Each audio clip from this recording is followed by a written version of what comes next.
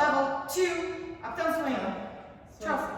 Felt right. Yeah, that's We awesome. started in hand, boom, hop, hey, hey, we had a hey, a right step, kick, kick, change. This is called the around the world.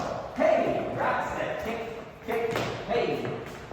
And then we went over some 20s Charleston. Yeah, so we worked a lot on just having this bounce, and then on even beat you go 8, 1, 2, 3, 4, 5, 6, 7. This is always underneath.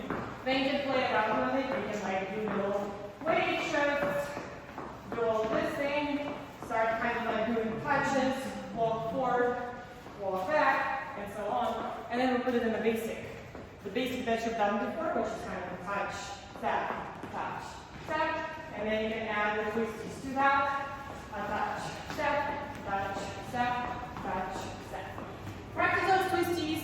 They aren't easy, so if it breaks your footwork, you can always like dial it down a little bit and go back to a little bit more straight. Still counts. Talked about the importance of swinging your arms, keeping those arms going. Yes.